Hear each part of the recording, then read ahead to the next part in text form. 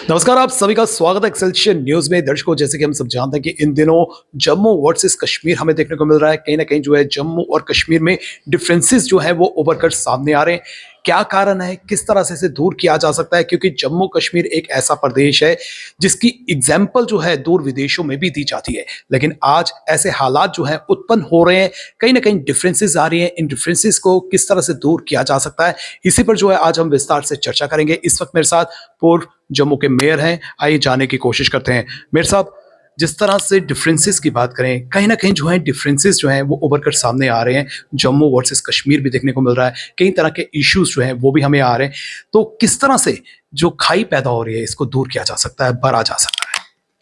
देखो, जम्मू कश्मीर ऐसा राज्य है जहाँ इंटरनेशनल पॉलिटिकल डायमेंशंस हैं और यहाँ पर छोटी सी छोटी गतिविधि का भी अंतर्राष्ट्रीय मूल्यांकन किया जाता है। आज के संदर्भ में अगर हम देखें कि जम्मू और कश्मीर में लोगों के मन में बहुत बड़ी खाई पैदा हो गई है और इसका मुख्य कारण मैं ये देखता हूँ कि जो भी पॉलिटिकल डिस्पेंसेशंस यहाँ रही हैं, ज़्यादातर तो नेशनल कॉन्फ्रेंस ने ही हुकूमत की है यहाँ, और कुछ देर के लिए पीडीपी और भाजपा की भी 3 साल के लिए हुकूमत रही है। लेकिन ज़्यादा ओनस जो है वो नेशनल कॉन्फ्रेंस पे है, जिसने ज़्यादा यहाँ हुकूमत की है। उनकी पॉलिटिकल ओरिएंटेशंस के कारण जम्मू कश्मीर में लोग एक उदारवादिक राजनीतिक दिशा की तरफ नहीं बढ़ पाए। और इसका संदर्भ आज से नहीं है, काफ़ी पुराने समय से है। आपको मालूम है कि जम्मू कश्मीर में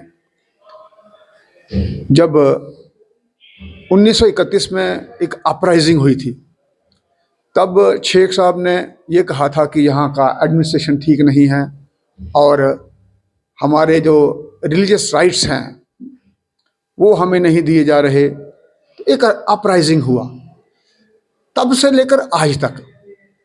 फिर उन्होंने नया कश्मीर का नारा दिया, उसके बाद में प्लेबसाइट आ गया, स्टेटस, स्पेशल स्टेटस आ गया, फिर उसके बाद ऑटोनॉमी भी आई। ये सब ऐसे स्लोगन थे जिन्होंने, जो महाराजा ने एक बार कहा था कि my religion is justice and I have no religion, उसके ऊपर खरा उतरने का प्रयास नहीं हुआ। और आज जब 1846 में जम्मू स्टेट बना था, जम्मू कश्मीर स्टेट, उसके लगभग 100 साल के बाद, आप या कहें 84 ईयर्स के बाद 1931 में अपराइजिंग हुई, और आज 94 ईयर्स के बाद दोबारा वही हालत पैदा हो रहे हैं जो शेख साहब ने कहा था कि हमारे हक हमें नहीं मिल रहे। उसी हिसाब से आज जम्मू ये सोच रहा है कि हमारे हक हमें नहीं मिल रहे। तो फिर उस 100 साल में जो रिलीजियस पॉलिटिकल डिस्पेंसेशंस रहीं, उन्होंने ऐसे आउट ऑफ बॉक्स सॉल्यूशन नहीं ढूंढे जिससे सारे खित्ते को एक साथ में लेके जा सके।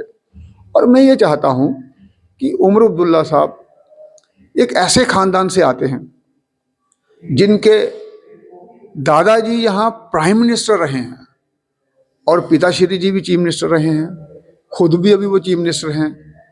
तो अगर इतना एक्सपीरियंस होने के बावजूद भी हम लोगों में विश्वास बनाने में कामयाब नहीं हो पाते हैं, तो फिर तो ये चिंता का विषय है। और इस संदर्भ में मैं ये चाहूँगा कि उनको आउट ऑफ बॉक्स सॉल्यूशन ढूंढने चाहिए और नए 21st सेंचुरी की राजनीति में आकर लोगों को साथ में लेकर प्रयास करते हुए जम्मू कश्मीर को साथ में लेना होगा। जम्मू और कश्मीर दोनों को साथ में लेना होगा। कहीं ना कहीं जो इश्यूज इन दिनों हमें देखने को मिल रहे हैं तो कहीं ना कहीं जो है सोचने पर मजबूर कर रहे हैं कि किस दिशा में जम्मू कश्मीर जा रहा है। हाल ही में जिस तरह से वैष्णो माता का स्थित वहां पर जो मेडिकल कॉलेज है उसका उदाहरण हमारे सामने है, नया मुद्दा उभर कर सामने आ गया। जिस तरह से नेशनल लॉ यूनिवर्सिटी की बात करें, माननीय मुख्यमंत्री का ये कहना है कि अगर कश्मीर में भी ओपन होती है तो इसमें जम्मू को ऑब्जेक्शन नहीं होना चाहिए, क्योंकि अगर सेंट्रल गवर्नमेंट द्वारा या सरकार द्वारा यहाँ पर कई तरह के अगर इंस्टीट्यूट्स खुलते हैं, जम्मू में खुलते हैं, जैसे आईआईटी का उन्होंने उदाहरण दिया, आईआईएम का उदाहरण दिया, अगर वो जम्मू में खुलता है तो उसमें कश्मीर को कोई ऑब्जेक्शन नहीं था। अगर ये इंस्टीट्यूट अगर कश्मीर में ही खुलता है तो जम्मू को क्या ऑब्जेक्शन है? देखिए, ऑब्जेक्शन इसलिए हो रहा है क्योंकि ट्रस्ट डेफिसिट हो गया है और जो चीज़ें असेंबली में तय होनी चाहिए, मिल बैठ के तय होनी चाहिए, वो अभी सड़कों पे तय हो रही। उसके कारण अभी जैसे आपने पीछे देखा संतोष ट्रॉफी का, उमर साहब कह रहे हैं कि सिलेक्शन फेयर हुई। तो हमने कहा भाई ऐसा है कि आप बता दीजिए कौन से न्यूज़पेपर में एडवर्टीजमेंट आई कि ट्रायल के लिए आप यहाँ आ सकते हैं और स्पोर्ट्स पर्सनल अपनी ट्राई दे सकते हैं। वैसा हुआ नहीं। और कौन से कोच को पैसे दिए गए जिससे हेड में पैसा रिलीज हुआ जाने के लिए, और कैंप कहाँ लगे, उसके लिए कौन सा कोच नियुक्त हुआ। जब एक constitutional authority without any substantial proof के साथ बात करती हैं तो फिर एक ट्रस्ट डेफिसिट होता है। उसी प्रकार से माता वैष्णो देवी वाला यूनिवर्सिटी वाला केस था। तो उमर साहब को ये समझना चाहिए था कि ये एक कॉलेज की बात नहीं है। कॉलेज तो 12 ऑलरेडी जम्मू कश्मीर में है। कभी किसी ने कहा वहाँ एक कम्युनिटी का व्यक्ति क्यों आ गया और दूसरी कम्युनिटी का क्यों नहीं है। यहाँ बात कॉलेज की नहीं है, यहाँ बात विचार की थी। तो वो अगर इस चीज़ को समझते तो फिर वो ऐसे बयान नहीं देते कि हमारे बच्चे तुर्की में जाएंगे, बांग्लादेश में जाएंगे जी। तो इससे क्या होता है, जो ऐसे एलिमेंट्स होते हैं उनको सपोर्ट मिलती है। और हमें देखो इससे क्या नुकसान हो गया। पहले प्राइम मिनिस्टर होता था जम्मू कश्मीर में, फिर चीफ मिनिस्टर हो गए, तो अब यूटी के चीफ मिनिस्टर हो गए। इसी प्रकार से जम्मू कश्मीर और लद्दाख था, लद्दाख चला गया, जम्मू कश्मीर रह गया, स्टेट से यूटी बन गया। तो हमें तो हर तरफ से नुकसान ही नुकसान हुआ। और वो क्यों हुआ? देखो, स्टेट से यूटी आ गया और कुछ भाजपा के लीडर्स का ये भी मानना है कि अब वक्त आ गया कि जम्मू को कश्मीर से अलग कर दिया जाए, जम्मू को अलग स्टेट बनाया जाए। क्या लगता है कि जो हम बात कर रहे हैं कि डिफरेंसेस जो हैं वो समाप्त होने चाहिए। अगर हम अलग से स्टेट बनाते हैं तो उससे दोनों डिवीजन को नुकसान होगा, जम्मू को भी नुकसान होगा, कश्मीर को भी नुकसान होगा। किस नजरिए से आप देखते हैं? देखो, पहले तो मैं ये कहूँगा कि जो हमारी पॉलिटिकल डिस्पेंसेशन है उनको आउट ऑफ बॉक्स सोल्यूशन ढूंढना पड़ेगा। और इसमें मैं मुफ्ती मोहम्मद सईद जी का तारीफ करूँगा कि उन्होंने एक प्रयास किया था। उन्होंने कहा था मैं नॉर्थ पोल और साउथ पोल को मिलाने जा रहा हूँ, और उन्होंने भाजपा के साथ सरकार बनाई थी।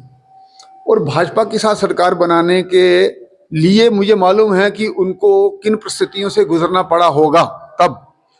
और ये होते हैं आउट ऑफ बॉक्स सोल्यूशन और दूरदर्शिता थी। ये बात अलग है कि महबूब मुफ्ती उसको कैरी नहीं कर पाई, या अपने जो पॉलिटिकल फॉलोअर्स हैं उनको वो सेटिस्फाई नहीं कर पाई, लेकिन उन्होंने ये प्रयास किया। उमर अब्दुल्ला जी को भी ये चाहिए, जो पुराना ओल्ड माइंडसेट है उधर से बाहर निकल कर सोल्यूशन ढूंढने पड़ेंगे और सबको कैरी करना पड़ेगा। और जो आपने मुझे कहा कि आप इसको किस तरीके से देखते हैं, देखो मोदी शाह हमारे हैं सरदार, उन्होंने करना है करार, उसके लिए हमें रहना चाहिए तैयार। फिलहाल हमें करना है इंतज़ार। और हम वो लोग हैं जिन्होंने जम्मू कश्मीर जो जेके पीओजेके का हिस्सा है वो भी वापस लाना है और अखंड भारत बनाना है। तो हम तो उस लाइन के लोग हैं जी। लेकिन पिछले दिन एक बयान आया, आपने सुना होगा, तो उन्होंने कहा माइनॉरिटी कैन नॉट रूल जी, जावेद राणा जी का। तो ऐसा है कि ये जंगल रूल होता है, minority can not, only majority will rule. आजकल तो नॉलेज का ज़माना है, कैपेबिलिटी कैपेसिटी का ज़माना है। और आपने देखा होगा एपीजे अब्दुल कलाम जो हमारे देश के राष्ट्रपति रहे, उनको कहा जाता है प्रेसिडेंट ऑफ मासेस। तो तो वो मेजॉरिटी में थे या माइनॉरिटी में। इसी प्रकार से हमारे वो अपना Rishi Sunak, he was a prime minister of England, तो वो किस फेथ के थे, वो मेजॉरिटी में थे कि माइनॉरिटी में थे। इसी प्रकार से मेयर ऑफ न्यूयॉर्क सिटी, तो मामदानी,